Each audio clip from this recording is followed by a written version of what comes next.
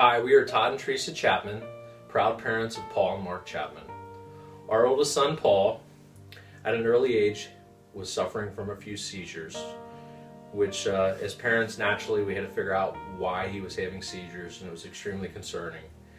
And Paul's medical team did a number of tests on him over a 3-4 month period of time, and they came to the realization that he had at the time what they called a leisure in his left temporal lobe that they followed over the course of another 9 months or so.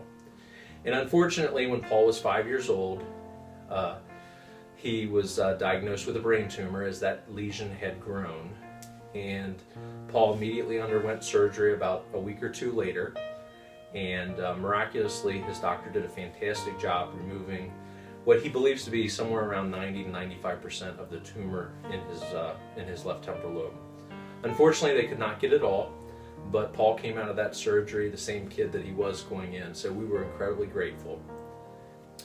After the surgery, they were able to do the pathology on the tumor and determine that it was a low-grade glioma named an oligodendroglioma. Thankfully, after the surgery, we were able to have a 1.5 years of stability with that remaining tumor, meaning it wasn't growing. And unfortunately, though, that bubble burst for us in 2015 when that tumor did start growing again, and we had to start chemotherapy in January of 2015. Paul's currently been on chemotherapy for 13 months. His last treatment is going to be next month, which he's very excited about. He's been absolutely amazing during the whole time, missing very little school, laughing through the really tough times, and just keeping all of us in really great spirits.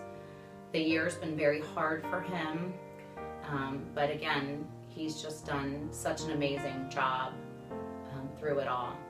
And because of the chemotherapy, the tumor has remained stable, has not continued to grow, and so we're hopeful what the future will have. And our doctors have prepared us that unfortunately the tumor is likely to regrow, and they manage our expectations in that way. And so it's very likely, as they've told us, that Paul will have to have additional treatment down the road. In fact, it could range from clinical trials to other chemotherapies to possibly radiation and a number of different therapies that might work for him in the future. So the reality is this road is likely not over for Paul, but he has been tackling it with courage and with zeal and a lot of energy, and he's been a trooper through the whole thing. In early 2013, when we found out that Paul's surgery was scheduled for that April, friends and family reached out to the Chapmans asking what we could do to help. Teresa came up with the idea of having everyone send Paul a high five to wish him well, for his surgery and for his recovery. With that idea, we decided to have people cut their hands out of construction paper and decorate them and send them to Paul, and Teresa would put them in a binder for him to look at after surgery. We also had people take their picture with their high five, with the hashtag high five for Paul.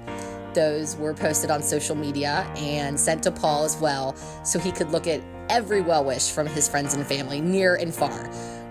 My name is Paul, and I wish I had a phone. On behalf of our family, we'd really like to thank the William S. Olson Foundation and Make-A-Wish for helping to make Paul's wish come true. Thank you.